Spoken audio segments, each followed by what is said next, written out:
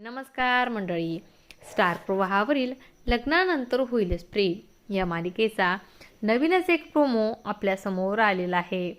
आणि ह्या प्रोमोमध्ये आपल्याला असं दाखवण्यात आलं आहे की जीवा हा रिक्षा सजवून घेऊन येतो आणि नंदिनीला आवाज देतो, नंदिनी ये ना. तेव्हा नंदिनी ही बाहेर येते.